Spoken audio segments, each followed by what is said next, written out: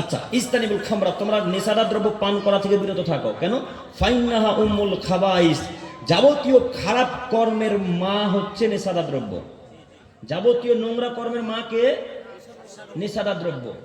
তো আল্লাহ নবী বলছেন, ওমাল্লাম ইয়াতুব, যে লোকটা এই নেশাদার দ্রব্য থেকে তওবা করতে পারলো না, আল্লাহ তাকে জাহান্নাম দিবে। তো চাচা, দাদু, আপনি আমার দিকে তাকান। তা আপনি যদি এখন বিনা তওবায় মারা যান, তো আল্লাহর রাসূলের কথা মোতাবেক আপনি এখন কোথায় যাবেন? তা আমি তো আপনার পোতার মতো, তাই না? আমি মানে আমার বয়স এখন হাঁটুর বয়সের নয়, আপনার বয়সে হাঁটুর যোগ্যতা নাই। তো আপনি আমার কথা মানবেন, এটা আমি চাইছিও না যে মানবেন, তা বলতে পারছি না।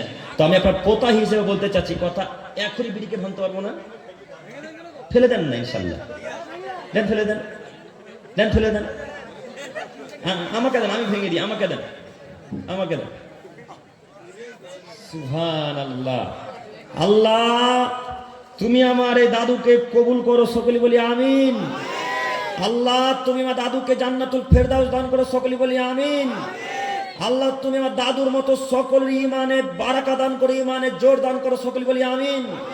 আল্লাহ, আমার দাদু যেমন আজকে এখন বীরের মুখে লাথি মারতে পারলো, যুবক এবং মুরব্বীরা যেন সবাই আজকে বীরের মুখে লাথি মেরে দেয়, আল্লাহ তুমি কবুল করো, সকলে বলি আমিন। আজকে চাচার মতো দাদুর মতো ঈমান আনতে পারবো না। আপনারা ভিডিও করছেন নাকি?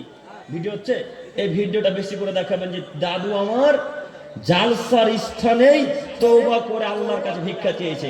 আমরা সবাই আল্লাহর কাছে ভিক্ষা চেয়ে, আল্লাহ তোমার দাদুকে কবুল করো, সকলে বলি আমিন। আবারও বলি আমিন। আল্লাহ আমার দাদুকে তুমি জান্নাতুল ফেরদাউস দান করো। সম্মানিত মুরব্বী সাহেব, দাদুর মতো আর কারোর ঈমান নাই? আর নাই? আর দাদুর মতো ঈমান নাই? আর নাই। তার মানে আমরা বুঝতে পারলাম দাদু একজন এখানে খুব বড় ঈমানদার বসে আছে।